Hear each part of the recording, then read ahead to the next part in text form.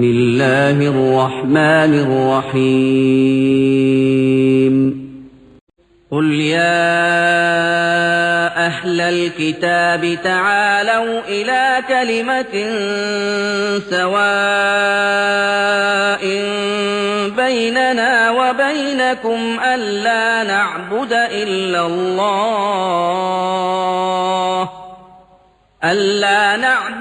إلا الله ولا نشرك به شيئا ولا يتخذ بعضنا بعضا أربابا من دون الله. عليكم ورحمة الله. بسم الله الرحمن الرحيم. الحمد لله رب العالمين، نحمده ونستعينه ونؤمن به ونتوكل عليه ونعوذ بالله من شرور أنفسنا ومن سيئات أعمالنا، من يهده الله فلا مضل له ومن يضلل فلن تجد له وليا مرشدا. أشهد أن لا إله إلا الله وحده لا شريك له وأشهد أن محمدا عبده ورسوله. اللهم صل على محمد وعلى آل محمد. يا أيها الذين آمنوا اتقوا الله حق تقاته ولا تموتن إلا وأنتم مسلمون. ബഹുമാന്യനായ CP ഉമർ സുല്ലമി, പ്രിയമുള്ള സഹോദരി സഹോദരന്മാരെ, സുഹൃത്തുക്കളെ, വളരെ ഗഹനമായ ഒരു വിഷയം വളരെ ശ്രദ്ധയോടുകൂടി കേട്ടിരിക്കുകയാണ് നാമൊക്കെ. കുടുംബാന്തരീക്ഷത്തെക്കുറിച്ചുള്ള സംസാരം തികച്ചും കാലിക പ്രസക്തമാണ്.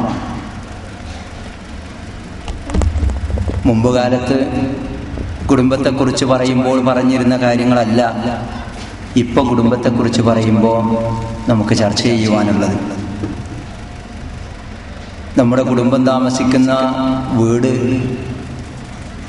അതിൻ്റെ അവസ്ഥകൾ മാറിക്കഴിഞ്ഞിട്ടുണ്ട്. നമ്മുടെ വീട് സ്ഥിതി ചെയ്യുന്ന നാട്, അതിൻ്റെ സാഹചര്യവും ചുറ്റുപാടുകളും അങ്ങേയറ്റം മാറി മറിഞ്ഞിട്ടുണ്ട്. നാം കേരളീയർ എന്നുള്ള നിലക്ക് ഇപ്പോൾ ഇവിടെ ഖത്തറിലാണെങ്കിലും അഭിമാനപൂർവ്വമാണ് നമ്മുടെ കേരളത്തെക്കുറിച്ച് നമ്മൾ സംസാരിക്കാറുള്ളത്. ദൈവത്തിൻ്റെ സ്വന്തം നാട് എന്ന് നമ്മളതിനെക്കുറിച്ച് പറയാറുണ്ട്. സാക്ഷരതയിൽ ഒന്നാം സ്ഥാനത്ത് നിൽക്കുന്ന രാജ്യമാണ്, നാടാണ്, സംസ്ഥാനമാണ് നമ്മുടേതെന്ന് നമ്മൾ പറയാറുണ്ട്. ആരോഗ്യരംഗത്തും ആയുർദൈർഘ്യരംഗത്തും മറ്റ് സംസ്ഥാനങ്ങളെ അപേക്ഷിച്ച് നമ്മളേറെ മുന്നിലാണ്. വിദ്യാഭ്യാസ രംഗത്ത്, പ്രത്യേകിച്ച് സ്ത്രീ വിദ്യാഭ്യാസ രംഗത്ത് അസൂയാർഹമായ നേട്ടമാണ് കേരളീയ സമൂഹം നേടിയിട്ടുള്ളത്. സാമ്പത്തിക രംഗത്ത് എന്തൊരു വളർച്ചയാണ് നമുക്കുണ്ടായത് എന്നത് ദീർഘകാലം വിദേശത്തൊക്കെ നിന്നിട്ട് നാട്ടിൽ തിരിച്ചെത്തുന്ന ആളുകൾക്ക് മനസ്സിലാക്കാൻ സാധിക്കും. മുമ്പത്തെ ഭക്ഷണം അതല്ല ഇന്ന് നമ്മുടെ വീട്ടിലെ ഭക്ഷണം. ഇന്നത്തെ കുട്ടികൾക്ക് മുമ്പ് നമ്മുടെ കാരണവന്മാർ കഴിച്ചിരുന്ന ഭക്ഷണത്തെക്കുറിച്ചോ വസ്ത്രത്തെക്കുറിച്ചോ പാർപ്പിടത്തെക്കുറിച്ചോ അവരുപയോഗിച്ചിരുന്ന വാഹനത്തെക്കുറിച്ചോ ചിന്തിക്കാൻ പോലും സാധിക്കില്ല. പുതിയ പഠന സമ്പ്രദായത്തിന്റെ അടിസ്ഥാനത്തിൽ പഴയ കാര്യങ്ങൾ പഠിപ്പിക്കുന്ന അധ്യാപകർക്കറിയാം, കുട്ടികൾ അത്ഭുതത്തോടു കൂടിയാണ് പഴമയെ നോക്കിക്കാണാറുള്ളത്.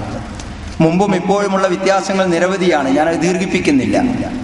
പക്ഷെ സഹോദരന്മാരെ, സഹോദരികളെ, ഇപ്പറഞ്ഞിരിക്കുന്ന കേരളത്തിന്റെ ഒരു മറുവശമുണ്ട്. ഈ കാലഘട്ടത്തിൽ തന്നെ പകർച്ചപ്പനിയിൽ ഒന്നാം സ്ഥാനത്താണ് നമ്മുടെ സംസ്ഥാനം.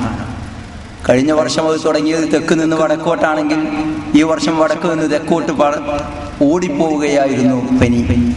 എന്തോ അല്ലാഹുവിന്റെ ഒരു കുതിർത്താൽ അതങ്ങ് അവസാനിച്ചു. എങ്ങനെയാണ് നിന്നത് എന്നോ തുടങ്ങിയത് എന്നോ ആർക്കും അറിയില്ല.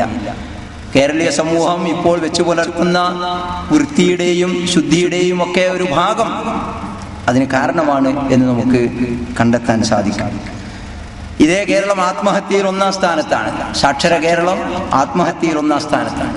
മദ്യപാനത്തിൽ കേരളം മുൻപന്തിയിലാണ്. പെൺവാണിഭവും സ്ത്രീ പീഡനവും കേരളത്തെ പോലെ തഴച്ചു വളർന്ന മറ്റൊരു സംസ്ഥാനം നമ്മുടെ രാജ്യത്തില്ല. കുടുംബ ശിഥിലീകരണം ഇതിന്റെ കൂടപ്പിറപ്പാണ്. ഒളിച്ചോട്ടങ്ങളും വിവാഹമോചനങ്ങളും നാൾക്ക് നാൾ നാട്ടിൽ വർദ്ധിച്ചു വരികയാണ്. കൈക്കൂലിയും ലോട്ടറിയും കേരളത്തിന്റെ മുഖമുദ്രയായി മാറിയ ഒരു സാഹചര്യത്തിലാണ്. ഇവിടെ വെച്ച് വേണം നമ്മുടെ കുടുംബത്തെക്കുറിച്ച് നമ്മൾ പഠിക്കാനും ആലോചിക്കുവാനും കുടുംബാംഗങ്ങൾക്ക് ക്ലാസ് എടുക്കുവാനും. മദ്യപാനത്തെക്കുറിച്ച് നിങ്ങൾ ആലോചിച്ചിട്ടുണ്ടോ? കേരളത്തിലെ മദ്യപാനത്തിന്റെ തോത്, കേരളത്തിലെ മൊത്തം മനുഷ്യ അരിഭക്ഷണത്തെക്കാൾ കൂടുതലാണ് മദ്യത്തിന് ചെലവാക്കുന്ന പണവും അതിൻ്റെ അളവും. വിശ്വസിക്കാൻ പ്രയാസമുണ്ടാകും നമുക്ക്. കേരളത്തിലെ മനുഷ്യർ ഒരു വർഷം അവരുടെ മുഖ്യാഹാരമായ അരിക്ക് 3500 കോടി രൂപയാണ് ചെലവാക്കുന്നത് എങ്കിൽ മദ്യത്തിന് വേണ്ടി വിദ്യാസമ്പന്നരായ കേരളീയ സമൂഹം ചെലവഴിക്കുന്നത് 10,000 കോടി രൂപയാണ്. എന്ന് പറഞ്ഞാൽ 3 ഇരട്ടിയാണ്. ആരൊക്കെയാണ് കുടിക്കുന്നത്? വൃദ്ധരുണ്ട്, 10 വയസ്സ് 12 വയസ്സുള്ള കൊച്ചുകുട്ടികൾ വരെ ഇന്ന് മദ്യപാനികളാണ്. മദ്യമില്ലാത്ത പരിപാടിയില്ല ഇന്ന് നമ്മുടെ സമൂഹത്തിൽ. ആഘോഷങ്ങളില്ല, യാത്രയയപ്പ് പരിപാടികളില്ല. മദ്യഷാപ്പുകൾക്ക് മുമ്പിലെ നീണ്ട ക്യൂ വിദ്യാസമ്പന്നനായ കേരളീയന്റെ നാശത്തിന്റെ ചൂണ്ടുവലകയാണ്. ഈ ഒരു സാഹചര്യത്തിൽ നമ്മളിങ്ങനെ കണക്കുകൾ പറയുമ്പോൾ അത്ഭുതപ്പെട്ടു പോകും. ഈ മദ്യം വിഷമാണെന്നും അത് വ്യക്തിയെ മാത്രമല്ല കുടുംബത്തെയും സമൂഹത്തെയും അത് നശിപ്പിക്കുമെന്നും അറിയാത്തവരായി ആരും ഉണ്ടാവുകയില്ല. മുഴുക്കുടിയനായ ഒരാളുടെ ഭാര്യയുടെ അവസ്ഥ പല സദസ്സുകളിലും വിശദീകരിക്കപ്പെട്ടിട്ടുണ്ട്. ആ നിർഭാഗ്യവതികളായ സ്ത്രീകൾ തന്നെ. അത്തരം മാതാപിതാക്കളുടെ മക്കളുടെ ദയനീയ അവസ്ഥ സ്കൂളുകളിൽ ചില രംഗങ്ങളിലൊക്കെ അധ്യാപകരെന്നുള്ള നിലയ്ക്ക് ഞങ്ങൾക്ക് കാണാൻ സാധിച്ചിട്ടുണ്ട്. മദ്യപാനിയായ ഒരു മനുഷ്യൻ മൃഗമായി മാറുകയാണ്. അവന്റെ ഭാര്യയെയും മക്കളെയും തിരിച്ചറിയാതായാൽ പിന്നെ അവന് മനുഷ്യനെന്നോ മൃഗമെന്നോ നമ്മൾ വിളിക്കുക. ഇത് കേരളത്തിലെ മഹാഭൂരിഭാഗം കുടുംബങ്ങളിലെയും ഇപ്പോഴത്തെ ഞെട്ടിപ്പിക്കുന്ന അവസ്ഥയാണ്. വിശുദ്ധ ഖുർആൻ കൃത്യമായി 1400 വർഷങ്ങൾക്ക് മുമ്പ് നമ്മെ പഠിപ്പിച്ചതാണ് ഇന്നമൽ ഖംറു വൽ മൈസിറു. തീർച്ചയായും കള്ളും ചൂതാട്ടവും അതുപോലെ പ്രശ്നം കൊണ്ടുള്ള നിങ്ങൾ അമ്പു വെച്ച് പ്രശ്നം നോക്കലും ഒക്കെ ഉണ്ടല്ലോ, ഇതൊക്കെ പൈശാചികമാണ്. അത് ഉപേക്ഷിക്കണം നിങ്ങൾ വിജയികളാകണമെങ്കിലെന്ന്. ഇന്ന് നാം നാശത്തിന്റെ പരാജയത്തിന്റെ പടുകുഴിയിലേക്ക് നമ്മുടെ കുടുംബം തിരിച്ചു പോകുന്നുണ്ട് എങ്കിൽ അവിടെ നിന്ന് കരകയറുവാനുള്ള മാർഗം വിശുദ്ധ ഖുർആൻ പറഞ്ഞ ഈ മദ്യപാനം ഉപേക്ഷിക്കൽ തന്നെയാണ്. നബി തിരുമേനി സല്ലല്ലാഹു അലൈഹി വസല്ലം പഠിപ്പിച്ചത് അൽ ഖംറു ഉമ്മുൽ ഖബായിസ് എന്നാണ്. മദ്യപാനം എന്ന് പറയുന്നത് എല്ലാ തിന്മകളുടെയും മാതാവാണ് എന്നാണ്. എല്ലാ തിന്മകളും, ഒരു മദ്യപാനിയിൽ നിന്ന് എല്ലാ തിന്മകളും സമൂഹത്തിൽ വ്യാപിക്കുകയാണ്. മദ്യമാണ് ഇന്ന് നമ്മുടെ കുടുംബത്തെ സാമ്പത്തികമായി തകർക്കുന്ന പ്രധാനപ്പെട്ട ഒരു വില്ലൻ. ആളുകൾ ഇത് കണക്ക് കൂട്ടിയിട്ടുണ്ടോന്നറിയില്ല. മഹാഭൂരിഭാഗം പ്രവാസികളും അയക്കുന്ന പണത്തിൽ ഒരു ഭാഗമെങ്കിലും കേരളത്തിലെ മദ്യഷാപ്പുകളിലും അതുവഴി സർക്കാരിലെ ഖജനാവുകളിലും ഒക്കെ എത്തുന്നുണ്ടാകണം. ഒരു ചെറിയ കണക്ക് നോക്കൂ നിങ്ങൾ. ഒരു സാധാരണ കുടിയനായ ഒരു മനുഷ്യൻ ദിവസം 50 രൂപക്ക് കുടിക്കുമെന്നാണ് ഒരു കണക്ക്. ചുരുങ്ങിയത് 100-നും 200-നും 500-നും 1000-നും കുടിക്കുന്നവരുണ്ടാകാം. ശരാശരി 50 രൂപക്ക്. അങ്ങനെയാണെങ്കിൽ ഒരു മാസം 30 ദിവസം അയാൾ 1500 രൂപക്ക് കുടിക്കും എങ്കിൽ ഒരു വർഷം അയാൾ 18,000 രൂപക്ക് കള്ളു കുടിക്കുന്നുണ്ട്. അങ്ങനെയെങ്കിൽ 10 കൊല്ലം കൊണ്ട് ഒരു മനുഷ്യൻ, കേരളക്കാരൻ, ശരാശരി വരുമാനക്കാരൻ 1,80,000 രൂപയുടെ കള്ളു കുടിക്കുന്നു. ചുരുക്കത്തിൽ കള്ളുകുടിക്കാതെ ജീവിക്കുന്ന ഒരു നല്ല മനുഷ്യന് വേണമെങ്കിൽ 10 കൊല്ലം കൊണ്ട് ഈ ഇനത്തിൽ 2-3 ലക്ഷം രൂപ സ്വരൂപിക്കാൻ സാധിക്കുമെന്നർത്ഥം. ഇത് വ്യക്തിയുടെ കണക്ക് മാത്രമല്ല, നമ്മുടെ പഞ്ചായത്തിന് കണക്കെടുത്ത് നോക്കൂ. ഒരു പഞ്ചായത്ത്, ഒരു ഗ്രാമപഞ്ചായത്തിൽ ശരാശരി ജനസംഖ്യ 30,000 എന്നാണ് കണക്കാക്കിയിട്ടുള്ളത്. അതിൽ പകുതി സ്ത്രീകളുണ്ടാകും. 15,000 പേരെ സ്ത്രീകളായിട്ട് നമുക്ക് വിട്ടേക്കാം. ബാക്കി 15,000 ആളുകൾ പുരുഷന്മാർ. അതിൽ പകുതി പേർ കുട്ടികളായിട്ട് പോകട്ടെ, 7,500 ആളുകൾ. ബാക്കിയുള്ള 7,500 മുതിർന്നവരിൽ 3-ൽ 1 വീതം മദ്യപാനിയാണ് എന്നതാണ് ഏറ്റവും പുതിയ പഠനം. ഇനി അതിനേക്കാൾ വരാനിരിക്കുന്നു. 3-ൽ 1 മദ്യപാനിയാണെങ്കിൽ 7,500 മുതിർന്നവരിൽ, അതും പുരുഷന്മാരിൽ 2,500 ആളുകൾ മദ്യപിക്കുന്നു. നേരത്തെ പറഞ്ഞ കണക്കനുസരിച്ച് 2,500 ആളുകൾ 50 രൂപക്ക് മദ്യപിച്ചാൽ ഒരു ദിവസം 1.25 ലക്ഷം രൂപ. അങ്ങനെയാണെങ്കിൽ ഒരു മാസം 37 ലക്ഷം രൂപ. ഒരു വർഷം സംഖ്യ എഴുതാൻ കഴിയില്ല, 4.5 കോടി രൂപയാണ്. എത്ര പൂജ്യം വേണ്ടി വരും? ഒരു ഗ്രാമപഞ്ചായത്തിൽ ഒരു വർഷം വികസനത്തിന് വേണ്ടി നീക്കിവെക്കുന്ന നികുതി പണം പരമാവധി വന്നാൽ 1 കോടിയായിരിക്കും. ആ ഗ്രാമപഞ്ചായത്തിലെ 2,500 ആളുകൾ കുടിച്ചു തീർക്കുന്നത് 4.5 കോടി രൂപയാണ്. ഇതൊരു വെറും കണക്കല്ല. സർക്കാരിന്റെ കീഴിൽ നടത്തുന്ന ബിവറേജസ് കോർപ്പറേഷനുകളിലെ ഒരു ദിവസത്തെ വരുമാനം കേട്ടാൽ നിങ്ങൾ ഞെട്ടിപ്പോകും. സാധാരണ ഷോപ്പുകളിൽ 10, 15, 20 ലക്ഷം രൂപക്ക് കച്ചവടം നടക്കുന്നു ഓരോ ദിവസവും. അതിന്റെ അർത്ഥം 3-4 പഞ്ചായത്തിൽ നിന്നാണ് അത്രയും കച്ചവടം നടക്കുന്നത് എന്നതാണ്. ഇപ്പൊ ഞാൻ പറഞ്ഞു വന്നത്, ഇത്തരം ഒരു മദ്യപാന്മാരുടെ ഒരു സമൂഹത്തിനിടയിലാണ് എന്റെയും നിങ്ങളുടെയും ഒക്കെ കുടുംബം ജീവിച്ചു കൊണ്ടിരിക്കുന്നത്. അതുകൊണ്ട് തന്നെ കുറ്റകൃത്യങ്ങൾ പ്രധാനമായും ഈ മദ്യം ഒരു വില്ലനായി വരുന്നത് കൊണ്ട് എല്ലാ കുറ്റകൃത്യങ്ങളും സമൂഹത്തിൽ വ്യാപകമാണ്.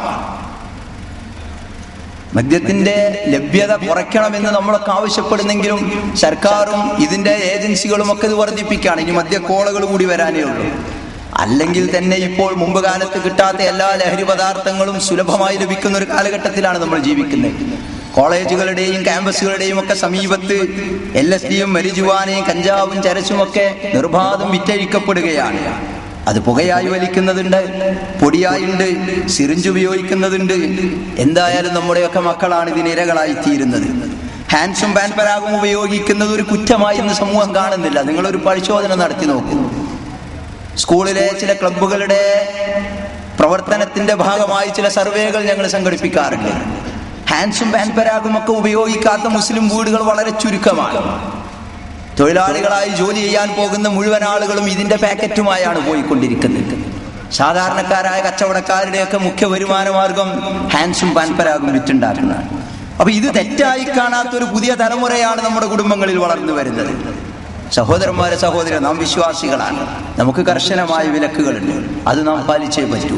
വിജയികളാവാൻ, നമ്മുടെ കുടുംബത്തെ രക്ഷപ്പെടുത്താൻ ഈ രൂപത്തിൽ മദ്യവും മയക്കുമരുന്നും വ്യാപിച്ചു വരുന്ന ഒരു സമൂഹത്തിൽ നമ്മൾ നിയന്ത്രണങ്ങൾ ഏർപ്പെടുത്തിയേ പറ്റൂ. ഇതിന്റെ തുടർച്ചയാണ് സെക്സും വ്യഭിചാരവും പെൺവാണിഭവും ഒക്കെ. പറയാതിരിക്കലാണ് അതിന്റെ അവസ്ഥ. ഞെട്ടിപ്പിക്കുന്ന അവസ്ഥയാണതിന്. സിനിമകളും സീരിയലുകളും നോവലുകളും കഥകളും കവിതകളും പരസ്യങ്ങളും ഒക്കെ സെക്സ്മയമാണ്, പ്രേമമയമാണ്, അശ്ലീലതകൾ നിറഞ്ഞതാണ്. ടൈറ്റാനിക് എന്ന കപ്പൽ മുങ്ങിപ്പോയത് അതൊരു വലിയ ദൃഷ്ടാന്തമായി സമൂഹത്തെ പഠിപ്പിക്കേണ്ടുന്നതിന് പകരം അത് സിനിമയാക്കിയപ്പോ അതിൽ പ്രേമം ചാലിച്ചാണ് സമൂഹത്തിന്റെ മുമ്പിൽ കൊണ്ടുവന്നത്. അതൊരു ഉദാഹരണം മാത്രമാണ്. അതുകൊണ്ട് തന്നെ കാണുന്നത് മുഴുവനും അതായതുകൊണ്ട് നാട്ടിൽ ഒളിച്ചോട്ടങ്ങളും എല്ലാ പരിധിയും ലംഘിക്കപ്പെടുകയാണ്. ഓരോ നാട്ടിലും എത്രയെത്ര ദുരനുഭവങ്ങൾ. മുമ്പ് കാലത്തൊക്കെ എവിടെയോ ഒരു പെണ്ണ്, എവിടെയോ ഒരാണ്, എന്തോ ഒരു പ്രേമവിവാഹം എന്നൊക്കെ കേട്ടിരുന്നത് ഇന്ന് നമ്മുടെയൊക്കെ അയൽപക്കത്തും നാടുകളിലും തൊട്ടടുത്തും വേണ്ട അവനവന്റെ വീടുകളിൽ വരെ എന്നുള്ളിടത്തെത്തി നിൽക്കുന്നതാണ്. ഇതിന് ജാതിയും മതമൊന്നുമില്ല. കുട്ടികളോട് ഇതിനെക്കുറിച്ച് സംസാരിച്ചപ്പോൾ അവർ പറഞ്ഞത് പ്രേമത്തിന് കണ്ണും മൂക്കൊന്നുമില്ല സർ, പിന്നെന്ത് ജാതിയും മതവും എന്നതാണ്. 5ലെയും 6ലെയും കുട്ടികൾക്ക് എത്രയാണ് പ്രായം സഹോദരന്മാരെ, സഹോദരികൾ? 10 വയസ്സല്ലെങ്കിൽ 11 വയസ്സ്. അവർക്കുമുണ്ട് അത്ര ലൈനുകൾ. ലൈൻ എന്ന് പറഞ്ഞാൽ ഈ വയറല്ല, അത് അവരുടെ കോഡ് ഭാഷയാണ്. അതുപോലെ ഒരുപാട് ഭാഷകൾ. ഇഷ്ടമാണെന്ന് കാണിക്കാൻ കണ്ണുകൊണ്ടും കൈകൊണ്ടുമൊക്കെ എന്താംഗ്യങ്ങളാണ് കാണിക്കേണ്ടത് എന്നത് നമ്മേക്കാൾ കുട്ടികൾക്ക് പരിചയമാണ്. 8ലെയും 9ലെയും ഒക്കെ കുട്ടികളിൽ പ്രേമം ഇത് നിർബന്ധമാണ്. അത് തന്നെ ചിലർക്ക് 2ഉം 3ഉം ഉണ്ട്. അത് അഭിമാനബോധത്തോടു കൂടിയാണ് അവർ പറയുന്നത്. കത്തും മറുപടി കത്തും മിഠായിയും പലഹാരങ്ങളും ഉപഹാരങ്ങളുമായി ഹൈസ്കൂളിന് താഴെയുള്ള ക്ലാസ്സുകൾ 8ഉം 9ഉം ഒക്കെ 10ന് താഴെയുള്ള ക്ലാസ്സുകൾ കഴിഞ്ഞുകൂടിയേക്കാം. പക്ഷേ SSLCയിലും +1ലും +2ലും ഒക്കെ എത്തുമ്പോൾ ഇത് സീരിയസ് ആയി മാറുകയാണ്. നേരത്തെ പറഞ്ഞ ശാസ്ത്ര സാങ്കേതിക വിദ്യയുടെ ടെക്നോളജിയുടെ പുരോഗതി ഈ രംഗത്ത് കൂടി കടന്നു വന്നതോട് കൂടിയിട്ട് മൊബൈലിന്റെ ഒക്കെ പിന്തുണയോടുകൂടി പ്രണയസാഗരത്തിൽ ആറാടുകയാണ് നമ്മുടെ മക്കൾ. പഠനം എന്ന് പറയുന്നത് എളുപ്പമായി ഇപ്പോൾ. അതിനേക്കാൾ വലുതാണ് കുട്ടികൾക്ക് പലതും. മുറിയടച്ചിരുന്ന് പഠിക്കുന്ന മകനെ കുറിച്ച് നമുക്ക് വലിയ അഭിമാനം തോന്നാറുണ്ട്. മുമ്പ് കാലത്തൊക്കെ ഒരു മകൾ ഏറെ നേരം ബാത്റൂമിൽ പോയിരിക്കുന്നുവെങ്കിൽ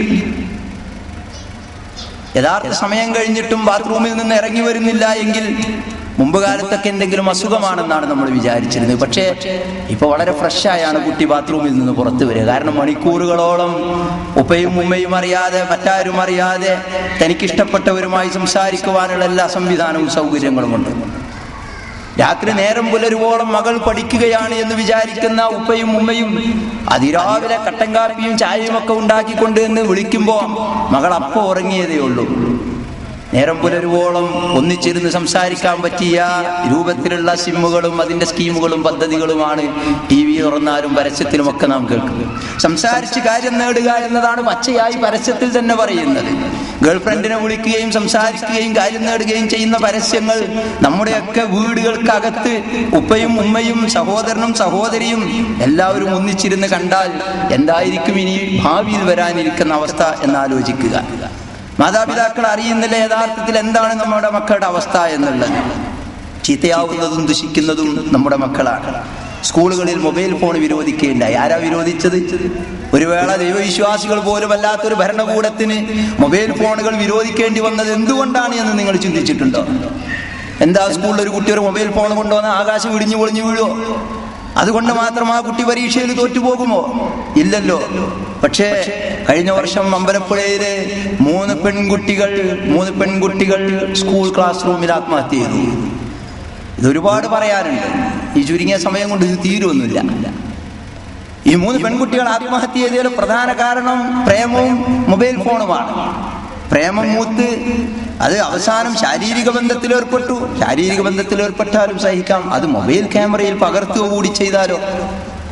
അതറിഞ്ഞപ്പോഴാണ് ഈ പെൺകുട്ടികൾ ആത്മഹത്യ ചെയ്തിട്ടുള്ളത്. ഇപ്പോഴും അതിന്റെ കേസും കൂട്ടവും നടന്നുകൊണ്ടിരിക്കുന്നു. മൊബൈൽ സംസാരിക്കാൻ മാത്രമല്ല, എൻ്റെ കയ്യിലൊരു മൊബൈലുണ്ട്, പക്ഷെ എൻ്റെ മക്കൾക്ക് അത് വേണ്ട. ഇപ്പൊ എന്തിനു കൊള്ളും? ഇപ്പൊ പഴഞ്ചൻ എന്നതാണ് മക്കളുടെ കാഴ്ചപ്പാട്. ഫോട്ടോ എടുക്കുവാനും റെക്കോർഡ് ചെയ്യുവാനും ഒക്കെയുള്ള മുഴുവൻ പുത്തൻ എല്ലാ സംവിധാനങ്ങളും ഉള്ളത് വേണം. ഞാൻ വളരെ അടുത്ത കാലത്താണ് ഇതിനകത്ത് വേറൊരു സാധനം ഇട്ടിട്ട് അത് മാറ്റിവെക്കാൻ, ഒരു കുട്ടിയിൽ നിന്ന് മൊബൈൽ പിടിച്ചപ്പോഴാണ് അവൻ ധൃതിപ്പെട്ട് എന്തോ ഒരു സാധനം ഊരി മാറ്റുന്നത് കണ്ടത്. സത്യമായും അപ്പോഴാണ് ഇങ്ങനെയും സാധനങ്ങൾ അതിനകത്ത് നിക്ഷേപിച്ച് വേറെയും പരിപാടികളുണ്ടെന്ന് മനസ്സിലാക്കുക. അത് ഇഷ്ടം പോലെ അവർക്ക് മാറ്റാനും കൊണ്ട് നടക്കാനും ആളുകൾ ചോദിക്കുമ്പോൾ അതിനനുസരിച്ച് മാറ്റിക്കൊടുക്കുവാനുമുള്ള സംവിധാനങ്ങൾ. ചുരുക്കത്തിൽ മനസ്സറിഞ്ഞൊന്ന് ബാത്റൂമിൽ പോകാൻ വരെ ഇപ്പൊ പറ്റാത്ത അവസ്ഥ ഈ മൊബൈൽ കൊണ്ട് നമ്മുടെ കേരളത്തിൽ ഉണ്ടായിട്ടുണ്ട്. നമ്മുടെ മക്കൾക്ക് ഇതിന്റെ ഗൗരവം മനസ്സിലാക്കി കൊടുക്കാൻ എത്ര വേദികൾ സംഘടിപ്പിക്കണം. നമ്മൾ 10ാം ക്ലാസ് കഴിയുന്ന കുട്ടികൾ അനാവശ്യമായി ഫോട്ടോക്ക് പോസ്റ്റ് ചെയ്ത് കൊടുക്കുകയാണ്. വിളിച്ച് ഉപദേശിച്ചു ഞങ്ങൾ മക്കളെ, ഇതാ നിങ്ങൾ ഫോട്ടോക്ക് പോസ്റ്റ് ചെയ്ത് കൊടുക്കല്ല. ആ ഫോട്ടോ കൊണ്ടുപോയി മോർഫിംഗ് നടത്തി കമ്പ്യൂട്ടറിൽ കയറ്റി നിങ്ങളുടെ ബാക്കി ഭാഗം വേറെ ആളുകളുടേതാക്കി നിങ്ങളെ ബ്ലാക്ക് മെയിൽ ചെയ്ത് നിങ്ങളെ പ്രയാസപ്പെടുത്തുന്ന അവസ്ഥ വരും. മക്കൾക്കറിയില്ല അതിന്റെ ഗൗരവം. ഫോട്ടോ എടുക്കുന്ന ആൺകുട്ടികളോട് ഞങ്ങൾ പറഞ്ഞു കൊടുത്തു, സൈബർ കേസുകൾ എന്ന് പറഞ്ഞാൽ വളരെ ഗൗരവമുള്ളതാണ്. 4-5 കൊല്ലം തടവിൽ കിടക്കേണ്ടി വരും. ചിലപ്പോൾ താൽക്കാലികമായി. ഇപ്പൊ കണ്ടില്ല, അധ്യാപകർ തന്നെ ഫോട്ടോ എടുത്തിട്ട് അതിന്റെ പേരിൽ കേസും കൂട്ടവും സസ്പെൻഷനും നടക്കുന്ന ഒരു കാലഘട്ടത്തിൽ എങ്ങനെയാണ് മക്കളെ നമ്മൾ കുറ്റപ്പെടുത്തുക? എനിക്ക് നിർദ്ദേശിക്കാനുള്ള, മക്കളെ സ്നേഹിക്കണം. ഇതുമായി ബന്ധപ്പെട്ട ക്ലാസ്സിൽ ഞങ്ങൾ കുട്ടികളോട് പറഞ്ഞു, നിങ്ങൾ സ്നേഹിക്കണം, നിങ്ങൾ പ്രേമിക്കണം. വലിയ സന്തോഷമായി അവർക്ക്. ആരെ എന്ന് ചോദിച്ചു. അപ്പൊ ഞങ്ങൾക്ക് ഇഷ്ടമുള്ളവരല്ല, നിങ്ങൾക്ക് ഇഷ്ടമുള്ളവരല്ല, നിങ്ങൾ മാതാപിതാക്കളെ സ്നേഹിക്കണം, പ്രേമിക്കണം. അയ്യേ, വാപ്പനമ്മനെ സ്നേഹിക്കുക, പ്രേമിക്കുക. തിരിച്ചിങ്ങോട്ടും അങ്ങനെ തന്നെയാണ്. മുതിർന്ന പെൺകുട്ടികളെ സ്നേഹിക്കണം എന്ന് പറയുമ്പോൾ വാപ്പാക്കും ഉമ്മാക്കും ഒരു മടിയാ. എങ്ങനെ? ചെറിയ കുട്ടിയോട്, 2ാം ക്ലാസ്സിൽ പോയി വരുന്ന, 1ാം ക്ലാസ്സിൽ പോയി വരുന്ന, LKGയിൽ പോയി വരുന്ന കൊച്ചു മകളോട് ഗേറ്റിലേക്ക് ഓടിച്ചെന്ന് കോരിയെടുത്ത് ഉമ്മ വെച്ച് കൊണ്ടുവന്ന് പഠിച്ച പാട്ട് പാടിക്കുന്ന, ടീച്ചർ പറഞ്ഞ കഥകൾ പറയിക്കുന്ന മാതാവോ പിതാവോ 9-ലോ 10-ലോ പഠിക്കുന്ന പെൺകുട്ടി സ്കൂളിൽ നിന്ന് വീട്ടിലേക്ക് വരുമ്പോ കൈപിടിച്ച് കയറ്റാറുണ്ടോ? അവളോട് വല്ലതും ചോദിക്കാറുണ്ടോ? അവളോട് സംസാരിക്കാറുണ്ടോ? ഇല്ല. പിന്നെ അവൾ എന്ത് ചെയ്യും? ഫോൺ എടുക്കും, ആരോടെങ്കിലും ഒക്കെ സംസാരിക്കും. ഈ ഒരവസ്ഥ പരസ്പരം മാറണം. മാതാപിതാക്കളെ സ്നേഹിക്കുവാനും മാതാപിതാക്കൾ തിരിച്ച് സ്നേഹിക്കുവാനുമുള്ള ഒരു സാഹചര്യം നമ്മുടെ കുടുംബാംഗങ്ങളിൽ ഉണ്ടാകണം. അല്ലാത്ത പക്ഷം സംഭവിക്കാവുന്ന ദുരന്തങ്ങൾ എത്രയാണ് നാട്ടിൽ. എത്രയെത്ര സംഭവങ്ങൾ. ട്യൂഷൻ മാസ്റ്ററോടൊപ്പം ഒളിച്ചോടിപ്പോയ ഏക മകളുടെ ഫോട്ടോയുമായി പോലീസ് സ്റ്റേഷനിൽ രാത്രി വൈകി നിൽക്കുന്ന ഒരു പിതാവിനെ നിങ്ങൾ സങ്കല്പിച്ചു നോക്കൂ. സ്കൂളിലേക്ക് പോയ മകളെ എപ്പോഴും വീട്ടിൽ പ്രവേശനം അനുവദിച്ചിരുന്ന ഒരു അയൽവാസിയുടെ കൂടെ പട്ടണത്തിൽ കണ്ടു എന്നറിയുമ്പോൾ ഒരു പിതാവിന്റെയും മാതാവിന്റെയും മാനസികാവസ്ഥ ചിന്തിച്ചു നോക്കൂ നിങ്ങൾ. കഴിഞ്ഞ വർഷം കോഴിക്കോട് ജില്ലയിലെ കോഴിക്കോട് പട്ടണത്തിൽ ഒരു സംഭവം ഉണ്ടായി. അവിടുത്തെ പ്രമാണിയായ ഒരു വമ്പൻ ബിസിനസ്സുകാരന്റെ മകൾ, ഏക മകൾ, അയാൾ ജോലി ചെയ്യുന്നതും സമ്പാദിക്കുന്നതും എല്ലാം ഈ ഒറ്റ മകൾക്ക് വേണ്ടി.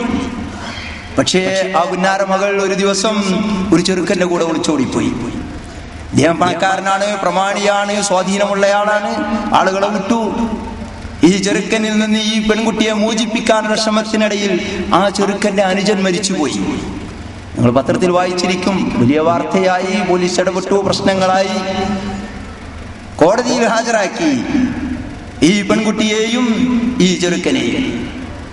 കോടതിയിൽ ഹാജരാക്കിയിട്ട് നമ്മുടെ നാട്ടിലെ നിയമപ്രകാരം ബഹുമാനപ്പെട്ട കോടതി ചോദിച്ചു ഈ പെൺകുട്ടിയോട്, അവൾക്ക് 18 വയസ്സ് കഴിഞ്ഞു എന്നതുകൊണ്ട്, പ്രായപൂർത്തിയായിട്ടുണ്ട് എന്നതുകൊണ്ട് നീ ആരുടെ കൂടെയാണ് പോകുന്നത്? പിറ്റേന്ന് നമ്മൾ കാണുന്ന, ടിവിയിൽ കാണുന്നത്, ആ കോടതി മുറിയിൽ കണ്ട രംഗം.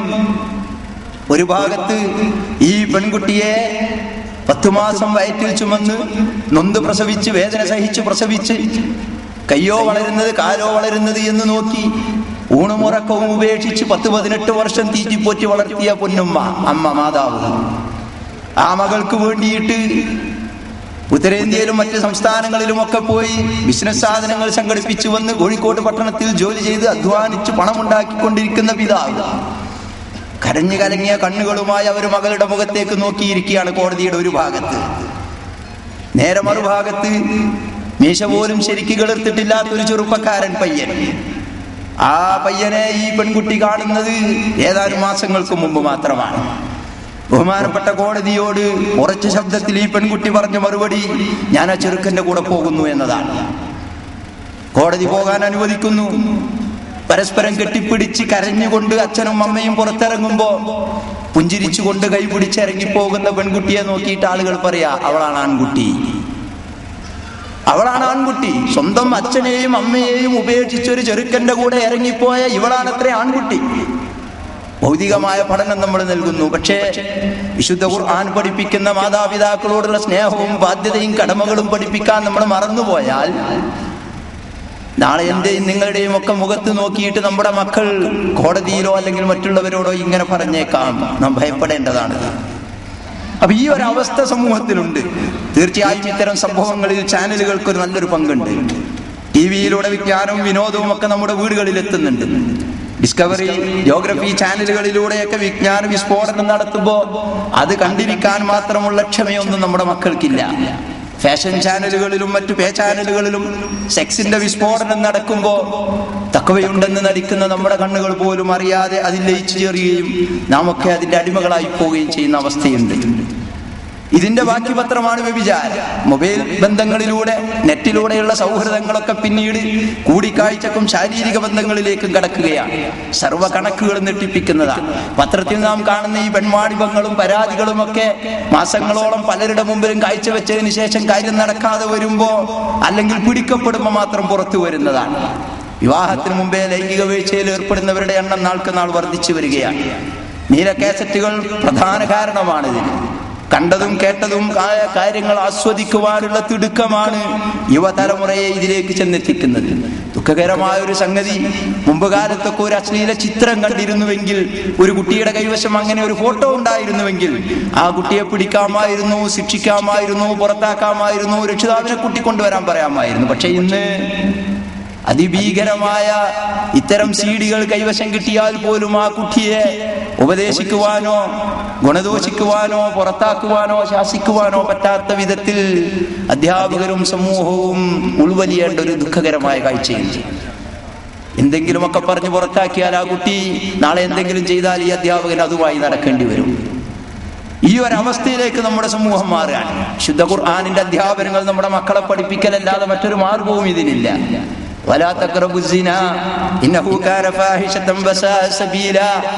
വ്യഭിചരിക്കരുതെന്നല്ല, വ്യഭിചാരം കൊള്ള നിങ്ങൾ അടുക്കരുത് എന്നതാണ് വിശുദ്ധ ഖുർആനിന്റെ പ്രഖ്യാപനം. പെൺവാണിഭവും സ്ത്രീപീഡനങ്ങളും കൊലപാതകവും ഒക്കെ വ്യാപകമായി നടക്കുകയാണ്. ആരെയൊക്കെയാണ് ഇതിനിരയാകുന്നത്? കഴിഞ്ഞ വർഷം കോഴിക്കോട് ജില്ലയിൽ തന്നെ ഉണ്ടായ ഒരു സംഭവം. 4ാം ക്ലാസ്സിൽ പഠിക്കുന്ന കൊച്ചു പെൺകുട്ടി, 8 വയസ്സോ 9 വയസ്സോ ആണ് അവൾക്ക് പ്രായം. ഇന്റർവെൽ സമയത്ത് പേരൊക്കെ തിന്നാൻ വേണ്ടിയാണ് അവള് അയൽപക്കത്തെ വീട്ടിലേക്ക് കടന്നു കയറിയത്. പക്ഷേ ആ പേരൊക്കെ നുണഞ്ഞിരുന്ന ആ പെൺകുട്ടിയെ പിന്നെ നമ്മൾ കാണുന്നത് വളരെ ക്രൂരമായ നിലക്ക് കൊല ചെയ്യപ്പെട്ട് വിറകുകൾ കെട്ടിവെച്ചിരിക്കുന്ന ചാക്കുകൾക്കകത്താണ്. മനുഷ്യൻ മൃഗമായി മാറുകയാണ് ഈ രംഗത്തൊക്കെ. കോഴിക്കോട് ജില്ലയിൽ അതിനുശേഷം ജാഗ്രതാ സമിതികൾ ഉണ്ടാക്കി സ്കൂളുകളിൽ. ഇപ്പോ സംസ്ഥാനത്തൊട്ടാകെ ജാഗ്രതാ സമിതികളുണ്ട്. പേര് സൂചിപ്പിക്കുന്നത് പോലെ തന്നെ ഇത്തരം തിന്മകൾക്കെതിരെ കുട്ടികളെ ജാഗ്രരാക്കുക എന്നതാണ് അതിന്റെ ലക്ഷ്യം. അതിനുവേണ്ടി സമിതികൾ ഉണ്ടാക്കി കുട്ടികളുമായി പ്രശ്നങ്ങൾ പങ്കുവെച്ചപ്പോ ഇതിന്റെ ചാർജുള്ള അധ്യാപകർ നെട്ടിപ്പോയി. ജില്ലയിലെ മൊത്തം അധ്യാപകർ കൂടിയിരിക്കുന്ന സദസ്സിൽ വന്നിട്ട് ഈ കാര്യങ്ങൾ വിശദീകരിക്കുമ്പോൾ പരസ്പരം അത്ഭുതത്തോടു കൂടി നോക്കുകയാണ്.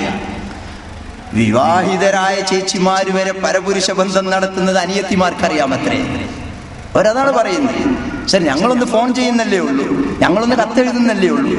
എന്റെ ചേച്ചി അറിയില്ല നിങ്ങൾക്ക്, എന്റെ ചേട്ടന്റെ ഭാര്യ അറിയില്ല നിങ്ങൾക്ക്. അവരൊക്കെ വിവാഹിതരല്ലേ, എന്നിട്ട് അവര് വിളിക്കുന്നുണ്ടല്ലോ, അവര് പോകുന്നുണ്ടല്ലോ, അവര് കറങ്ങുന്നുണ്ടല്ലോ. ഇത് വ്യാപകമായി ഇത് കണ്ടു വളരുന്ന ബാക്കി മക്കളുടെ അവസ്ഥ എന്തായിരിക്കും? അന്യായമായ ഒരു സ്ത്രീയും പുരുഷനും ഒറ്റക്കാകാൻ പാടില്ല എന്ന മതത്തിന്റെ അധ്യാപനം എങ്ങനെയാണ് നമ്മുടെ മക്കളെ നമ്മൾ പഠിപ്പിക്കേണ്ടത്? ഒറ്റക്കുള്ള യാത്ര പരിശുദ്ധ ഹജ്ജ് കർമ്മത്തിന് പോലും പറ്റൂല, നമുക്കറിയാലോ. പക്ഷെ നാട്ടിൽ നിർബാധം ഇത് നടക്കുകയാണ്. കുഞ്ചിക്കുഴഞ്ഞുള്ള സംസാരം പാടില്ല എന്നത് വിശുദ്ധ ഖുർആനിന്റെ കൽപ്പനയാണ്.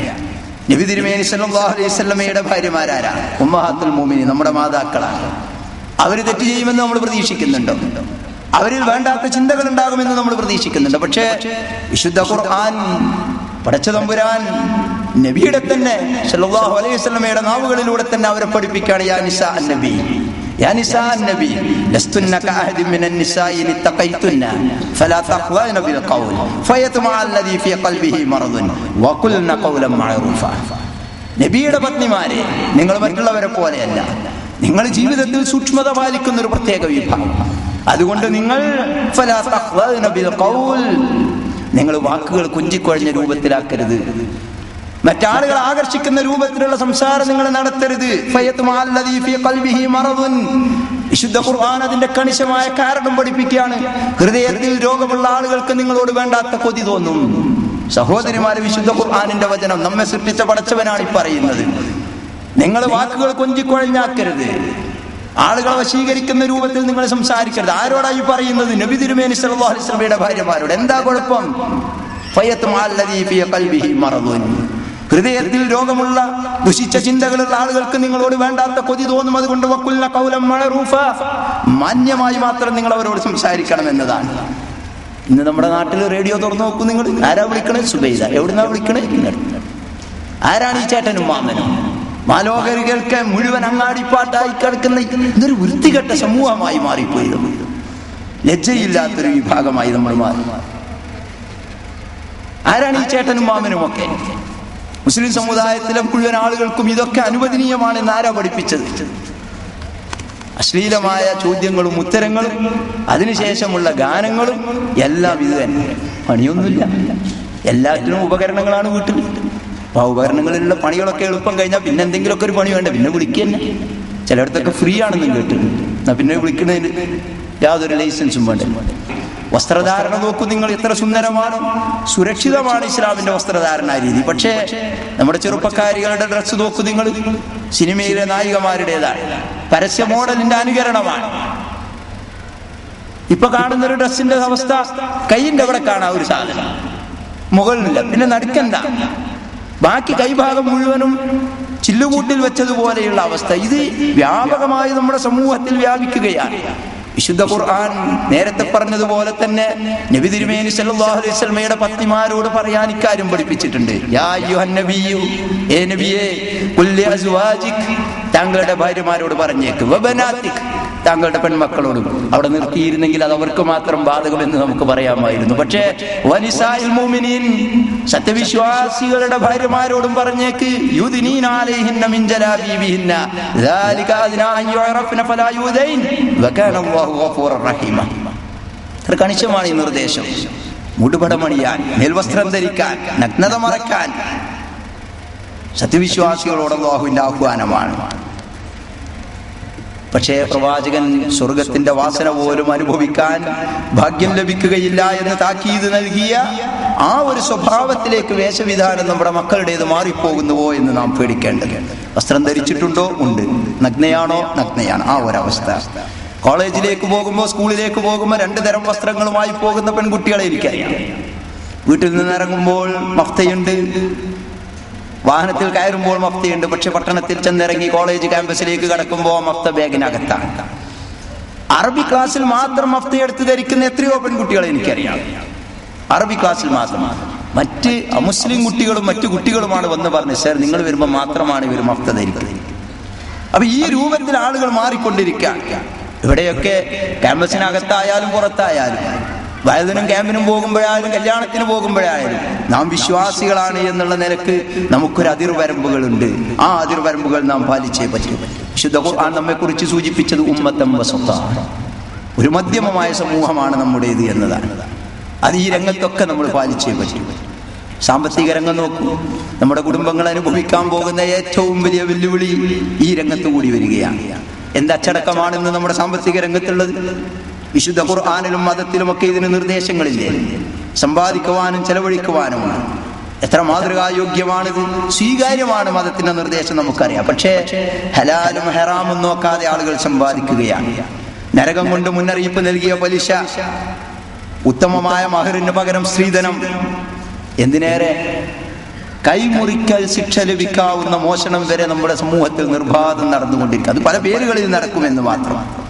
അല്ലാഹും റസൂലും ശപിച്ച കൈക്കൂലി മാമൂൽ എന്ന പേരിലും മഹർ എന്ന പേരിലും വ്യാപകമാണ്. നിങ്ങൾക്കറിയാം, നാട്ടിലെ ഏതെങ്കിലുമൊക്കെ സർക്കാർ ഓഫീസുകളിൽ നിങ്ങൾ ലീവിന് പോകുന്ന സന്ദർഭത്തിൽ നിങ്ങളുടെ കാര്യങ്ങൾ ശരിയാക്കാൻ എത്ര രൂപ ഈ നിലക്ക് കൊടുക്കുന്നു എന്ന് നിങ്ങൾക്ക് ഓരോരുത്തർക്കും അറിയാമല്ലോ.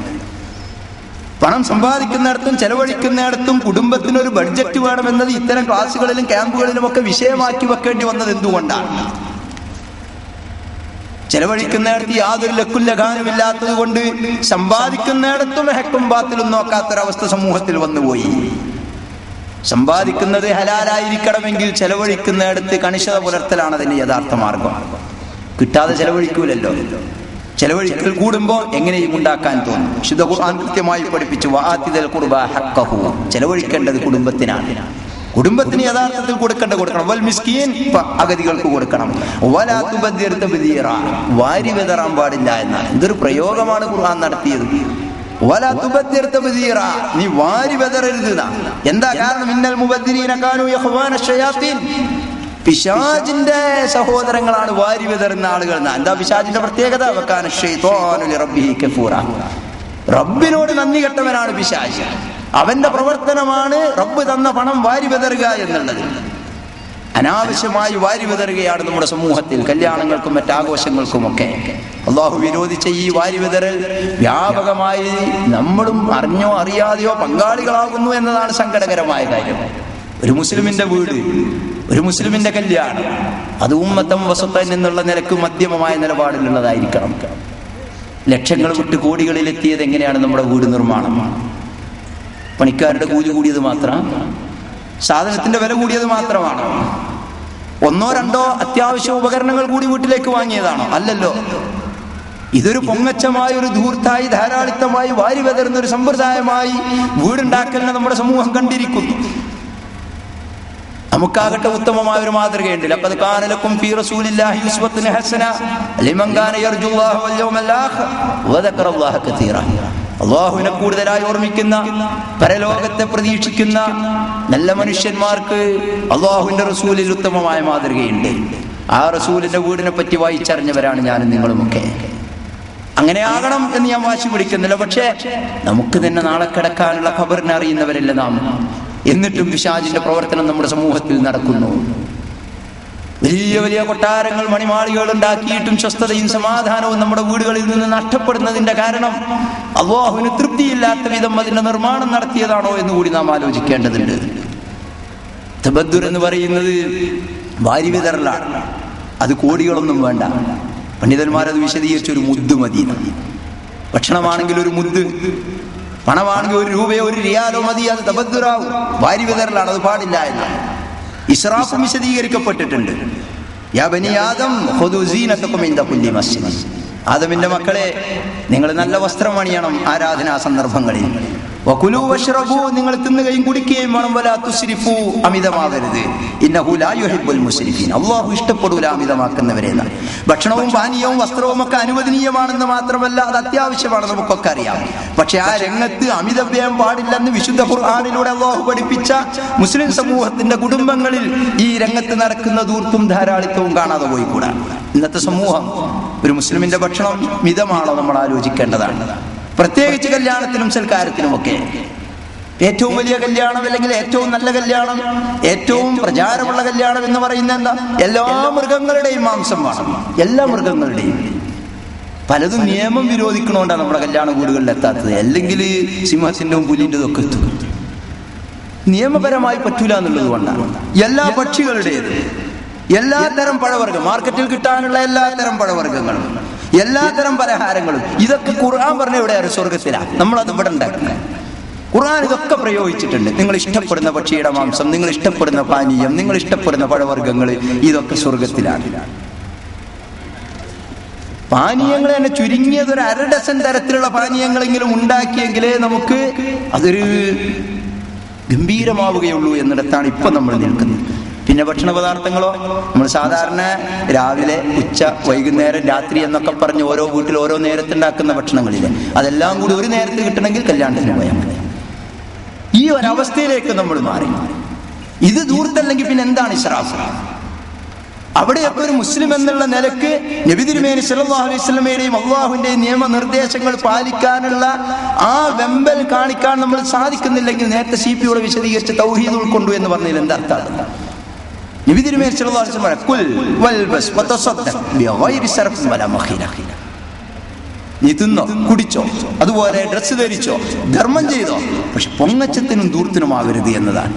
ഇന്ന് നാട്ടിലെ ഏറ്റവും വലുതാകണം എന്റേത്, ഏറ്റവും ചെലവേറിയ കല്യാണമാകണം, ഏറ്റവും ആള് കൂടിയ കല്യാണമാകണം, എൻ്റെ ഭാര്യ അല്ലെങ്കിൽ എൻ്റെ മകൾ ധരിച്ചിരിക്കുന്ന വസ്ത്രം, കല്യാണ വസ്ത്രം ഏറ്റവും ചെലവ് കൂടിയതായിരിക്കണം. ഒരു നേരം മണിക്കൂറുകൾ മാത്രം ഉടുക്കാനുള്ള വസ്ത്രത്തിന് 25,000 50,000 വിട്ട് ഇപ്പൊ ലക്ഷങ്ങളാണത്രേ. എന്റെ മകളായിരിക്കണം ഏറ്റവും കൂടുതൽ സ്വർണം, പവനൊക്കെ വിട്ട് ഇപ്പൊ കിലോ കണക്കിലാണ് സ്വർണം. എവിടേക്കാണ് നമ്മുടെ നാട് പോയിക്കൊണ്ടിരിക്കുന്നത്? സുഖലോലുഭന്മാര് വർദ്ധിക്കുകയാണ്. ഇത് നാശത്തിന് കാരണമാണ്. നമ്മുടെ കുടുംബം മാത്രമല്ല, സമൂഹം നശിച്ചു പോകും. വിശുദ്ധ ഖുർആനാണ് താക്കീത് നൽകിയത്.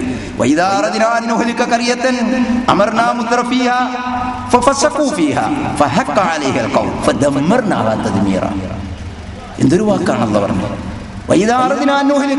ഒരു ഗ്രാമത്തെ, ഒരു നാടിനെ നാം നശിപ്പിക്കാൻ ഉദ്ദേശിച്ചാൽ അമർനാ മുത്രഫീഹ.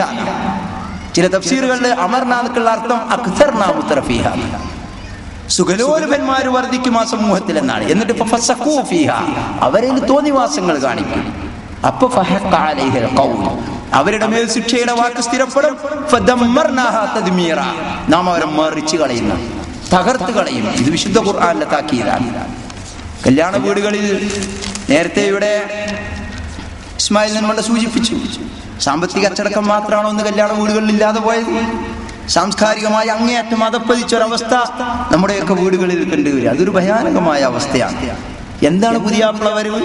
ഒരു പെൺകുട്ടിയുടെ ജീവിതത്തിലേക്ക് കടന്നു വരുന്ന ഒരു പുതുമണവാളിനെ സംബന്ധിച്ചിടത്തോളം അതൊരു സന്തോഷത്തിന്റെ വരവായിട്ടാണ് ആളുകൾ നോക്കിക്കാണുന്നത്. പക്ഷെ ഇന്ന് അമ്മോശന്മാർ ഭയപ്പാടിലൂടെയാണ് ഇതിനെ നോക്കിക്കാണുന്നത്.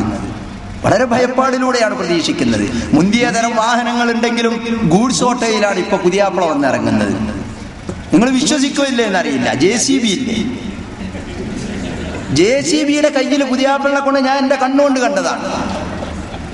അവിടെ എത്തി നിൽക്കുന്നു നമ്മുടെ സമൂഹം, കേരളത്തിലെ സമൂഹം. സമാധാനിക്കാൻ ചിലപ്പോൾ നമുക്ക് അയാൾക്ക് അതിലായിരിക്കാം ജോലി, ചിലപ്പോൾ അങ്ങനെ ചെയ്താൽ. പക്ഷെ ഇതൊരു സംസ്കാരമായി മാറിയാലോ? ഇന്ന് നമ്മുടെ നാട്ടിൽ നടക്കുന്ന കല്യാണങ്ങൾ ഇങ്ങനെ. പിന്നെ കല്യാണ വീടുകളിൽ വന്നു കയറിയാൽ അവിടെ കൂടിയിരിക്കുന്ന മുഴുവൻ ആളുകളുടെയും ഡ്രസ്സും മുഖവും ഒക്കെ വൃത്തികേടാക്കുന്ന ഹോളിയേക്കാൾ വളരെ മോശമായ സ്പ്രേകൾ. എത്രയാണ് അതിന് പണം എന്നൊന്നും ചോദിക്കരുത്. ഉത്സവപ്പറമ്പിനെ വെല്ലുന്ന കരിമരുന്ന് പ്രയോഗം, പൂരപ്പറമ്പിലേതിന് സമാനമായ കുടിയന്മാരുടെ കൂത്താട്ടം. ഇതെല്ലാം കണ്ടും കേട്ടും സഹിച്ച് നിസ്സഹായരായി നോക്കി നിൽക്കുന്ന കാരണവന്മാരുടെ ഒരു പട നമ്മുടെ നാട്ടിലൊക്കെ ഉണ്ട്. രാത്രി കുപ്പി പൊട്ടിക്കുവാനും പകല് പടക്കം പൊട്ടിക്കുവാനുമുള്ള ഒരു അവസരമായി ഒരു മുസ്ലിമിന്റെ കല്യാണം മാറുന്ന ഒരവസ്ഥ. സഹോദരന്മാരെ, നമ്മൾ അതിനെതിരെ കാര്യമായ ബോധവൽക്കരണവും പ്രവർത്തനങ്ങളും നടത്തണം. ഇസ്ലാമിനെ മൊത്തം പരിചയപ്പെടുത്തി കൊടുക്കുമ്പോൾ ഈ രംഗമൊന്നും വിട്ടുകളയാൻ നമുക്ക് സാധിക്കുകയില്ല. വിവാഹം എന്ന് പറയുന്നത് വളരെ പവിത്രമായ ഒരു കർമ്മമാണ്, ഒരു ചടങ്ങ്. അതിന്റെ പവിത്രത നമ്മൾ നിലനിർത്തണം, അതിന്റെ പരിശുദ്ധത കാത്തു സൂക്ഷിക്കുകയും വേണം. ഞാൻ അവസാനിപ്പിക്കുകയാണ്. നാം മുസ്ലിങ്ങൾ അല്ലാഹുവിന്റെയും റസൂലിന്റെയും നിയമനിർദ്ദേശങ്ങൾക്കനുസരിച്ച് ഈ ലോകത്തെ ജീവിതം ചിട്ടപ്പെടുത്തി നാളെ പാരത്രിക ലോകത്ത് രക്ഷപ്പെടണമെന്ന് ആഗ്രഹിക്കുന്നവർ. ആ ഒരു സമൂഹത്തിൽ കടന്നു വരുന്ന ചില ദൂഷ്യങ്ങളെ കുറിച്ചുള്ള സൂചനകളാണ് ഞാൻ നൽകിയത്. ഇതിൽ നിന്ന് രക്ഷപ്പെടാൻ ചില മാർഗങ്ങൾ നിർദ്ദേശിക്കാണ്. നമ്മുടെ മക്കളെ നമ്മൾ സ്നേഹിക്കണം, ലാളിച്ചു വഷളാക്കരുത്, പഠിപ്പിക്കണം, ദീനും അതോടൊപ്പം ഭൗതികവും. കോളേജിലും ഹോസ്റ്റലിലും ഒക്കെ നമ്മുടെ ഒരു കണ്ണുണ്ടാവണം. അവരുടെ കൂട്ടുകെട്ടുകളെ കുറിച്ച് നമ്മൾ ശ്രദ്ധിക്കണം. അവരുപയോഗിക്കുന്ന ഫോണുകളും കമ്പ്യൂട്ടറുകളും ടിവിയും ഒക്കെ നാം പരിശോധിച്ചു കൊണ്ടിരിക്കണം. പണം നൽകുന്നതിൽ കണിശത പുലർത്തണം. എന്തിനാണ് പണം എന്ന് അന്വേഷിക്കണം. കൊടുത്തതിന്റെ റെസീപ്റ്റ് വാങ്ങണം, ബില്ല് വാങ്ങണം, ബാലൻസ് ചോദിച്ചു വാങ്ങണം. ഇതൊന്നും ഒരു ക്രൂരമായ മനസ്ഥിതിയോടെയോ പ്രതികാരത്തോടെയല്ല, സ്നേഹത്തോടെ കാര്യങ്ങൾ പറഞ്ഞ് മനസ്സിലാക്കി വളർത്തി വലുതാക്കണം. കുട്ടികൾ വലുതായാലും അവരോട് അകലാതിരിക്കണം, കാര്യങ്ങൾ അന്വേഷിച്ചറിയണം. ഡ്രസ്സുകൾ ഇസ്ലാമികമായിരിക്കണം, അല്ലാത്തത് വാങ്ങി നൽകാതിരിക്കണം. നമ്മുടെ ധനം ചെലവഴിക്കുമ്പോഴും നാം ധൂർത്തും ധാരാളിത്തവും കാട്ടാതിരിക്കുന്നുണ്ട് എന്നത് മക്കളെ പഠിപ്പിക്കണം. കുടുംബ ബജറ്റ് വീട്ടിൽ ചർച്ച ചെയ്തുണ്ടാക്കണം. വരവും ചെലവും മക്കൾ അറിയണം. വീട്ടിലേക്കുള്ള മറ്റുള്ളവരുടെ വരവും പ്രവേശനവും പോക്കുമൊക്കെ നിയന്ത്രണ വിധേയമാക്കണം. തോന്നിയവർക്കൊക്കെ തോന്നുമ്പോഴൊക്കെ കയറാനും ഇറങ്ങാനും വേണമെങ്കിൽ നിരങ്ങാനുമുള്ളതല്ല നമ്മുടെ വീടുകളിൽ നിന്ന് നമ്മുടെ മക്കളെ നമ്മൾ പഠിപ്പിക്കണം.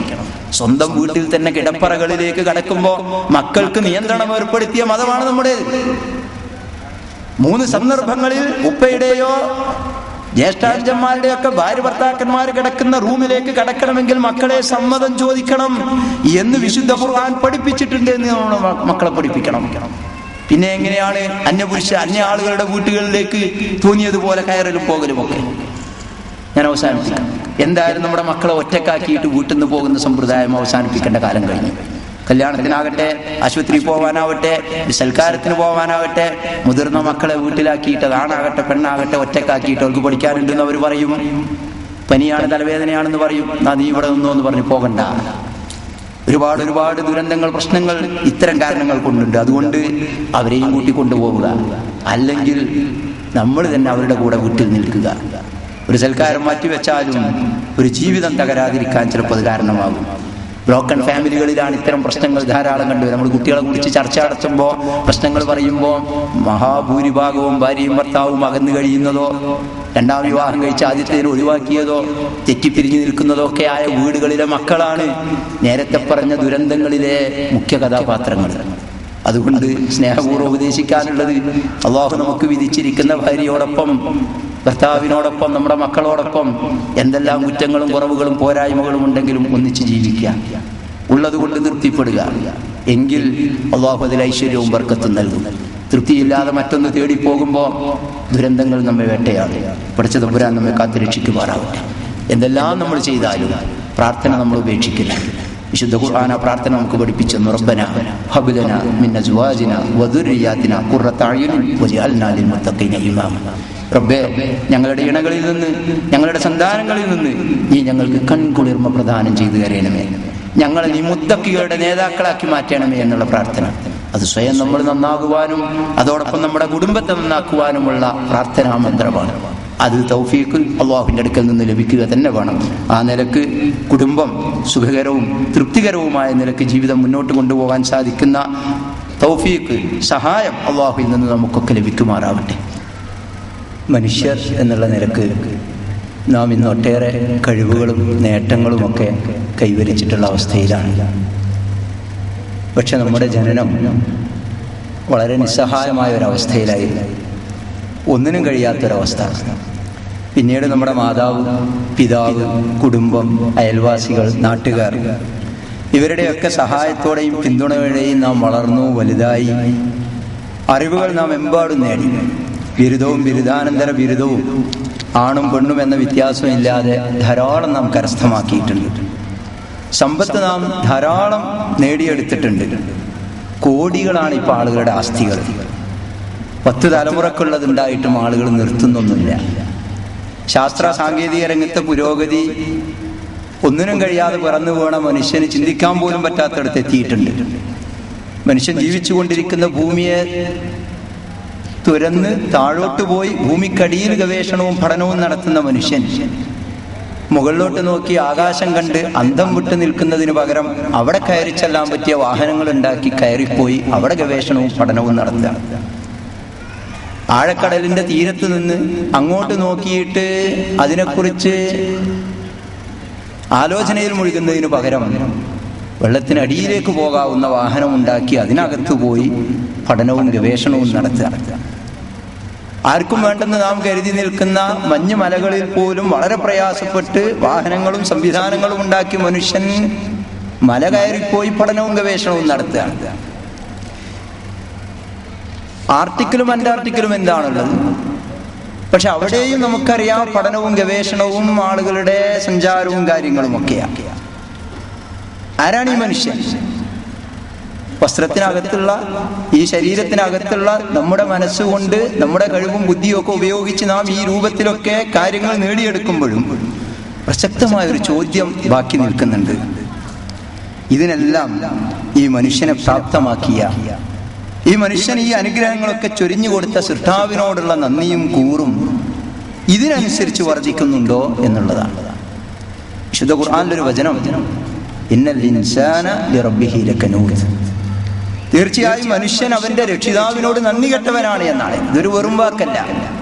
സൃഷ്ടാവായ പടച്ച തമ്പുരാൻ ഈ രൂപത്തിൽ പുരോഗതി നേടിയിട്ടുള്ള മനുഷ്യന്റെ മനസ്സറിഞ്ഞുകൊണ്ട് പറഞ്ഞിട്ടുള്ളൊരു വാക്കാണ്.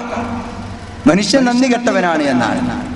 അറിവും പണവും ഭൗതിക പുരോഗതിയും ഒക്കെ വരുമ്പോ ദൈവവും ദൈവിക നിയമങ്ങളും ഒക്കെ പഴഞ്ചനും പിന്തിരിപ്പനുമായി തോന്നുകയാണ് മനുഷ്യർക്ക്. അതല്ലേ നന്ദി കേട്? മരണാനന്തര ജീവിതത്തെ തന്നെ നിഷേധിക്കുന്നിടത്തോളം മനുഷ്യന്റെ അറിവുകൾ വർദ്ധിച്ചിരിക്കുന്നു. പുരോഗമനക്കാരൻ എന്ന് പറയുന്നത് ദൈവനിഷേധിയായിരിക്കണം എന്നുള്ളിടത്താണ് ഇപ്പൊ കാര്യം എത്തി നിൽക്കുന്നത്. ഒരാൾ മതനിഷേധിയാണെങ്കിൽ അവന് തിരക്കേടില്ല, അവനെ ഒരു ദേശീയ മുസ്ലിമാക്കാം, അല്ലെങ്കിൽ അവനെ ഒരു പുരോഗമനവാദിയാക്കാം എന്നുള്ളതാണ് കാഴ്ചപ്പാട്. അതല്ല ദൈവവിശ്വാസിയാണെങ്കിൽ, മതവിശ്വാസിയാണെങ്കിൽ അവൻ പിന്തിരിപ്പനും പഴഞ്ചനുമാണ് എന്നതാണ്. ഇത് ഞാൻ വെറുതെ പറയുന്നതല്ല. ഈ കഴിഞ്ഞ വർഷം നമ്മുടെ കേരളത്തിലുണ്ടായ ഒരു വിവാദം, ഒരു പ്രമുഖനായ ഒരു രാഷ്ട്രീയ നേതാവിന്റെ മരണം ഉണ്ടായി. ആള് സാമൂഹ്യ പ്രവർത്തകനാണ്, പൊതുസേവകനാണ്, ഒക്കെ ശരിയാണ്. പക്ഷെ അയാൾ മരിക്കുന്നതിന് മുമ്പ് ഒരു മതകീയ ചടങ്ങ് അഥവാ അന്ത്യകൂദാശ അത് നടത്തിയോ ഇല്ലേ എന്നതായിരുന്നു വിവാദം.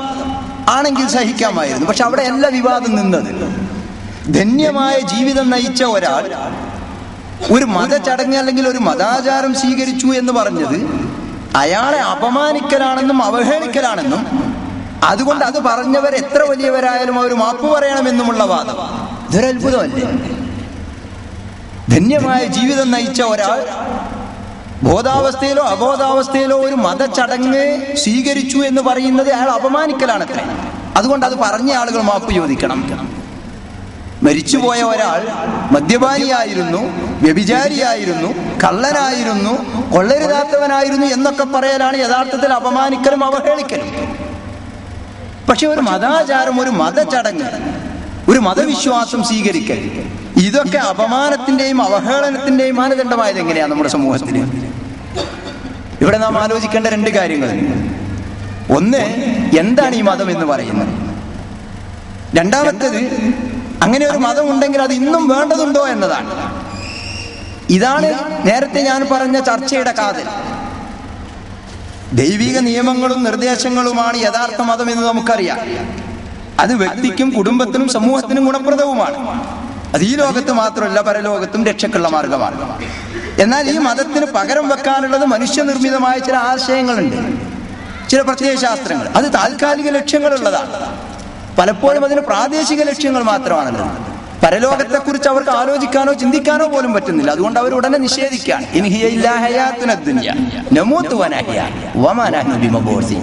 ജീവിതം എന്ന് പറയുന്ന ഈ ലോകത്തെ ജീവിതം മാത്രം, അതിനപ്പുറത്തൊരു ജീവിതം അതുണ്ടാവില്ല എന്നവർ നിഷേധിക്കുന്നു. പരലോക ജീവിതത്തെ മാത്രമല്ല, ആ പരലോകത്തിന്റെ ഉടമസ്ഥനെന്ന് നാം വിശ്വസിക്കുന്ന ദൈവത്തെ തന്നെ നിഷേധിച്ച് കളയാം. അങ്ങനെ ഒരു ദൈവം തന്നെ ഇല്ലെങ്കിൽ പിന്നെ അങ്ങനെ ഒരു ലോകം ഉണ്ടാവില്ലല്ലോ. എന്നിട്ട് എന്തിനാണ് ഇത് നിഷേധിക്കുന്നത്? തോന്നിയതുപോലെ ജീവിക്കാൻ, ക്രമം തെറ്റി, താളം തെറ്റി, അതിർവരമ്പുകളില്ലാതെ ഏത് നിലക്കും കുത്തഴിഞ്ഞ ജീവിതം നയിക്കാൻ. അതാകട്ടെ അത് പുരോഗതിയുടെയും അഭിവൃദ്ധിയുടെയും അഭിമാനത്തിന്റെയും ഒക്കെ അടയാളങ്ങളായി മാറാം. മതമോ അത് പഴഞ്ചനും പിന്തിരിപ്പനും ഒക്കെ. ഈ ഒരു ധാരണ സമൂഹത്തിലുണ്ട്. ഇന്നും മതം വേണോ എന്നതാണ് മറ്റൊരു ചോദ്യം. ആലോചിക്കും, മതം എന്ത് കുഴപ്പമാണ് നമ്മുടെ സമൂഹത്തിൽ ഉണ്ടാക്കിയത്? മതവിശ്വാസം കൊണ്ട് എന്ത് കുഴപ്പമാണുള്ളത്? എന്ത് ദോഷമാണുള്ളത് ഒരു വ്യക്തിക്ക് അല്ലെങ്കിൽ ഒരു സമൂഹത്തിന്? നാം എണ്ണി പഠിച്ചിട്ടുള്ള വിശ്വാസങ്ങളുണ്ടല്ലോ, ദൈവവിശ്വാസം. ഒരു മനുഷ്യൻ ദൈവവിശ്വാസിയായി എന്നതുകൊണ്ട് അയാൾക്ക് എന്ത് നാശം? അയാൾക്ക് എന്ത് നഷ്ടം? സമൂഹത്തിന് എന്ത് കുഴപ്പം? ഒരു മനുഷ്യൻ പ്രവാചകന്മാരിൽ വിശ്വസിച്ചു എന്നതുകൊണ്ട് എന്ത് കുഴപ്പം? മരണത്തിനപ്പുറത്തൊരു ജീവിതമുണ്ട് എന്നൊരാൾ വിശ്വസിക്കുന്നത് അയാൾക്കും സമൂഹത്തിനും ഗുണകരമല്ലാതെ എന്ത് നഷ്ടമാണ് അതുകൊണ്ടുള്ളത്? അങ്ങനെ അയാൾ വിശ്വസിക്കുന്നത് കൊണ്ട് എന്ത് ദോഷമാണുള്ളത്? ഇനി വിശ്വാസം മാത്രമല്ല, മതപരമായ കർമ്മങ്ങൾ എടുത്തു നോക്കൂ. അതുകൊണ്ട് എന്താ ദോഷം? മുസ്ലിങ്ങൾ 5 നേരം നമസ്കരിക്കുന്നത് കൊണ്ട് ആർക്കാ നഷ്ടം? റമദാൻ മാസത്തിൽ നാം നോമ്പ് നോക്കുന്നു എന്നതുകൊണ്ട് സമൂഹത്തിന് എന്ത് കുഴപ്പമാണ്? മുസ്ലിം സമൂഹത്തിലെ വ്യാപകമായ സക്കാത്ത് സമൂഹത്തിന് ഗുണമാണെന്ന് എല്ലാവരും സമ്മതിക്കൂലേ? പരിശുദ്ധ ഹജ്ജ് കർമ്മം മതപരമായ ഒരു ചടങ്ങായതുകൊണ്ട് അത് പിന്തിരിപ്പനാണ്, അല്ലെങ്കിൽ അത് പുരോഗതിക്ക് നിരക്കാത്താണെന്ന് പറയാൻ എന്ത് ന്യായമാണല്ലോ? അപ്പൊ വിശ്വാസകാര്യങ്ങളായാലും കർമ്മകാര്യങ്ങളായാലും സമൂഹത്തിന് ഒരു ദോഷം അതുകൊണ്ടില്ല. പക്ഷെ എന്നിട്ടും മതം തെറ്റിദ്ധരിക്കപ്പെടുന്നു. സ്വഭാവ മര്യാദകൾ നോക്കൂ, സാമൂഹ്യ നിയമങ്ങൾ നോക്കൂ. സത്യം പറയണമെന്ന് മതം പഠിപ്പിക്കുമ്പോൾ അത് പിന്തിരിപ്പനും, ഭൗതിക പ്രത്യയ ശാസ്ത്രങ്ങൾ സത്യം പറയണമെന്ന് പറയുമ്പോൾ അത് പുരോഗമനവുമാകുന്നത് എങ്ങനെയാണ്? വിവാഹം എന്ന് പറയുന്ന പവിത്രമായ ഒരു ചടങ്ങ് മതം നിർദ്ദേശിക്കുമ്പോൾ അതൊന്നും വേണ്ട, അതിന്റെ അതിർവരമ്പുകളൊന്നും വേണ്ട. രജിസ്റ്റർ ഓഫീസിൽ പോയി കയ്യൊപ്പിട്ടാൽ അത് വിവാഹമാകുമെന്ന് പറയുമ്പോൾ ഒന്ന് പുരോഗതിയും ഒന്ന് പുരോഗമനവും മറ്റൊന്ന് പിന്തിരിപ്പനും നമുക്ക് മനസ്സിലാക്കാൻ സാധിക്കുന്നില്ല. കുടുംബ നിയമങ്ങളുണ്ട്, കുറെ ഭക്ഷണ മര്യാദകളുണ്ട്, വസ്ത്രധാരണത്തിലെ മര്യാദകളുണ്ട്. ഇതൊക്കെയാകുന്നു മതം പഠിപ്പിക്കുന്നത്. ആ മതത്തിന്റെ ഈ അതിർവരമ്പുകളും നിയമങ്ങളും ഒക്കെ പാടെ മാറ്റി എഴുതി പൊളിച്ചെഴുതി അതൊക്കെ സ്വീകരിക്കുകയും അതിലൊക്കെ പങ്കെടുക്കുകയും ചെയ്യുന്നത് അവഹേളിക്കലും അപമാനിക്കലുമായി മുദ്ര കുത്തിയിട്ട് ഈ അതിർവരമ്പുകളെല്ലാം ഇല്ലാതെയാക്കി എന്തോ ഒരു ഭാവനാവിലാസത്തിലേക്ക് ആളുകളെ കൊണ്ടുപോകുന്ന ഒരു സമീപനം സമൂഹത്തിലുണ്ട്. മതത്തിന്റെ കാഴ്ചപ്പാടിൽ സ്ത്രീ പുരുഷ വ്യത്യാസമുണ്ട്. ഇടപഴകലിനും ബന്ധപ്പെടലിനുമൊക്കെ നിയന്ത്രണങ്ങളും അതിർവരമ്പുകളുമുണ്ട്. എന്നാൽ അതെല്ലാം വെട്ടിമാറ്റിയിട്ട് എല്ലാവരെയും സർവതന്ത്ര സ്വതന്ത്രരാക്കാൻ ബോധപൂർവമായ ശ്രമങ്ങൾ നടക്കുന്നു. കൊച്ചുകുട്ടികളിൽ വരെ ദൈവത്തോടും ദൈവിക നിയമങ്ങളോടും അവമതിപ്പുണ്ടാക്കുന്ന ആശയങ്ങൾ കുത്തിവെക്കുകയാണ്. കഴിഞ്ഞ വർഷത്തെ 7ാം ക്ലാസ്സിലെ മതമില്ലാത്ത ജീവൻ എന്ന പാഠത്തിലെ ഒളി അജണ്ട എത്ര ഭീകരമാണ്! ആ പാഠത്തിന്റെ പേര് തന്നെ നോക്കൂ നിങ്ങൾ, മതമില്ലാത്ത ജീവൻ അത്ര. എന്നിട്ട് അതിൽ വിശദീകരിക്കുന്നത് ആകെ കൂടി മതപരമായ കാര്യങ്ങൾ ആളുകൾ സ്വീകരിക്കുന്ന 2-3 രംഗങ്ങളുണ്ട്. ഒന്ന് ജനന സന്ദർഭത്തിൽ ഒരു പേരിടല്, അതല്ലെങ്കിൽ അതുമായി ബന്ധപ്പെട്ട കാര്യങ്ങൾ, ആ കുട്ടി അറിയാതെയാണ് നടക്കുന്നത്. എന്നാലും മറ്റൊന്ന് മരണശേഷം നടക്കുന്നത്, അതും അയാൾ അറിയുന്നില്ല. എന്നാലും അത് ജനങ്ങൾ കുടുംബമൊക്കെ മതപരമായി നടത്തുന്ന ചടങ്ങാണ്. ഇതിന് രണ്ടിനും പാരവെക്കുന്ന ലേഖനമാണ്. പിന്നെ ബോധപൂർവം മനുഷ്യൻ ചെയ്യുന്ന ഒന്നാണ് വിവാഹം. അതിലും ആളുകൾ മതം നിസ്കരിച്ചില്ലെങ്കിലും നോമ്പോറ്റിയില്ലെങ്കിലും മതമൊക്കെ നോക്കിയിട്ട് മതപരമായാണ് വിവാഹമൊക്കെ നടക്കാറുണ്ട്. അവിടെയും കത്തിവെക്കുന്നതാണ് ആ പാഠത്തിന്റെ ഇതിവൃത്തം. അപ്പൊ ഈ രൂപത്തിലുള്ള ഒരു ഒളി അജണ്ട നമ്മുടെ സമൂഹത്തിൽ വ്യാപകമാകുമ്പോ മതപ്രവർത്തകരെന്നുള്ള നിലക്ക്, മതപ്രബോധകരെന്നുള്ള നിലക്ക് മതത്തിന്റെ യഥാർത്ഥ സത്ത എന്താണ് എന്ന് സമൂഹത്തെ പഠിപ്പിക്കേണ്ടതുണ്ട്. ഞാൻ നേരത്തെയുള്ള സംസാരത്തിൽ കേരളത്തിലെ പൊതു അവസ്ഥ പറഞ്ഞിരുന്നു. നിങ്ങൾ നോക്കൂ, കേരളത്തിന് പുറത്ത് പഠിക്കുന്ന, അങ്ങനെയൊക്കെയാണ് നമ്മളിപ്പോൾ ആളുകളെ പറഞ്ഞയക്കാറ്. വിദ്യാഭ്യാസ കൗൺസിലിംഗ് ക്ലാസ്സുകളൊക്കെ കൊടുക്കുമ്പോൾ ആളുകളോട് പറയും കേരളത്തിന് പുറത്ത് പോയിക്കോളൂ, പഠിച്ചോളൂ, നല്ല കാര്യങ്ങളുണ്ടൊക്കെ. പക്ഷെ അവിടെ പഠിക്കുന്ന ഒരു കുട്ടി പറയുന്നത്, അച്ഛാ പെങ്ങളെ അവിടെ ചേർക്കണ്ട. ഒരു അമുസ്ലിം കുട്ടിയാണ്, അവിടുത്തെ അനുഭവങ്ങൾ കണ്ടിട്ട് സിസ്റ്ററെ അങ്ങോട്ട് പറഞ്ഞയക്കണ്ട എന്ന് പറയുന്നത്. മാത്രമോ വിവാഹം അന്വേഷിക്കുന്ന സന്ദർഭത്തിൽ ഔട്ട് ഓഫ് കേരള പഠിച്ച കുട്ടിയാണെങ്കിൽ വേണ്ടെന്ന് പറയുന്നത് അവിടെ പഠിച്ച കുട്ടികൾ തന്നെയാണ്. ആൺകുട്ടികളെ വേണ്ട എന്ന് പെൺകുട്ടികളും, പെൺകുട്ടികളെ വേണ്ട എന്ന് ആൺകുട്ടികളും. കാരണം അവരവിടെ കാണുന്നതും കേൾക്കുന്നതും അത്ര ഭീകരമായ രംഗങ്ങളാണ്. അപ്പൊ ഇത് പറയുമ്പോ കേരളത്തിന് പുറത്താണ്, കേരളം ഉഷാറാന്ന് വിചാരിക്കണ്ട. ആകണ്ടായിരുന്നൊരു IPL കുറവ് അതുകൂടി വന്നല്ലോ, അതിനെ പോയി നമ്മൾ കാണുന്നു. അപ്പൊ നമ്മുടെ ക്യാമ്പസുകളിലെ അവസ്ഥയൊക്കെ നേരത്തെ ചർച്ച ചെയ്താ. അവിടെയൊക്കെയുള്ള ചർച്ചയും ചോദ്യം എന്താണെന്നറിയോ? ചായ കുടിക്കാൻ തോട്ടം വാങ്ങണോ? എനിക്ക് പറയാൻ മടിയുണ്ട്, പക്ഷെ പറയാതിരിക്കാൻ നിവൃത്തിയില്ല. കൗമാരക്കാരായ ആളുകൾ ചോദിക്കുന്ന ചോദ്യമാണ്, ദാഹിച്ചാൽ മിനറൽ വാട്ടർ വാങ്ങിയാൽ പോരെ, കിണർ വാങ്ങണോ? ഈ രൂപത്തിലുള്ള സംസാരങ്ങൾ പിന്നീട് പ്രാവർത്തികമാകുകയാണ്. വിവാഹത്തിന് മുമ്പ് തന്നെ മധുവിധ കഴിയാം, വിവാഹശേഷം കുടുംബചിത്രയും വേർപിരിയലും, രഹസ്യബന്ധങ്ങളാണ് പ്രധാന കാരണം സമൂഹത്തിന്. അവിടെ ഇസ്ലാമിക പ്രവർത്തകർ എന്നുള്ള നിലക്ക് നമ്മൾ ഓതിക്കൊടുക്കണം, അത് പാടില്ലെന്ന് പറഞ്ഞ് വിലക്കാൻ നമുക്ക് സാധിക്കണം. അന്യ വീട്ടിലേക്ക് കയറുമ്പോൾ മര്യാദകളുണ്ടെന്ന് പഠിപ്പിക്കണം. അവനവന്റെ വീട്ടിൽ കയറുമ്പോഴും മര്യാദകളുണ്ടെന്ന് നമ്മൾ പഠിപ്പിക്കണം. നേരത്തെ പറഞ്ഞ പോലെ മദ്യവും മറ്റൊരു ദുരന്തമാണ്. കോടിക്കണക്കിന് രൂപയുടെ മദ്യം കേരളീയർ കുടിച്ചു തുലക്കുക. ഇതൊരു പുരോഗതിയുടെ ലക്ഷണമായിട്ട് നമുക്ക് പറയാൻ പറ്റുമോ? ആഘോഷ ദിവസങ്ങളുടെ, അവധി ദിവസങ്ങളുടെ തലേ ദിവസം ബിവറേജസ് കോർപ്പറേഷനുകളുടെ മുമ്പിലുള്ള കിലോമീറ്റർ കണക്കിലുള്ള നീണ്ട ക്യൂ കേരളത്തിന്റെ പുരോഗതിയുടെ ലക്ഷണമാണ് എന്ന് പറയാൻ ആർക്കാ സാധിക്കുക? അത് അപമാനത്തിന്റെ, അവഹേളനത്തിന്റെ അടയാളമല്ലേ? സാമ്പത്തിക രംഗത്തും അങ്ങനെ തന്നെയാണ്. എങ്ങനെയും പണം സമ്പാദിക്കുന്ന ഒരു സമൂഹമായി നമ്മൾ മാറി. പലിശ അതിൽ മുങ്ങിക്കിടക്കുകയാണ് നമ്മുടെ കേരളം. ഒരു പലിശ രഹിത ബാങ്ക് ഉണ്ടാക്കാൻ നോക്കിയപ്പോൾ അത് കോടതിയിൽ പോയിട്ട് അതൊന്നും ഇല്ലാതാക്കി. അഹല്ലല്ലാഹുൽ ബൈഅ വഹറമ റിബ എന്ന വിശുദ്ധ ഖുർആനിന്റെ പ്രഖ്യാപനം. അത് പറ്റില്ല എന്നാണ്. പലിശ അതുപോലെ തന്നെ കാണണമെന്നാണ് ആളുകളുടെ ധാരണ.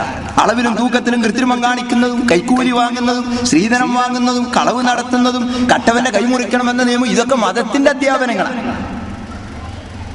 പക്ഷെ അതെല്ലാം മറികടന്നുകൊണ്ട് മതനിർദ്ദേശങ്ങൾ സമൂഹത്തിൽ നിന്ന് മാറ്റിയിട്ട് സമൂഹത്തിന് ദോഷകരമായ പുരോഗമനം എന്ന് പേരിട്ടുകൊണ്ട് കൊണ്ടുവരുന്ന കുറെ സംഗതികൾ, അതിന്റെ ദുരന്തത്തിൽ അനുഭവിക്കുന്നു.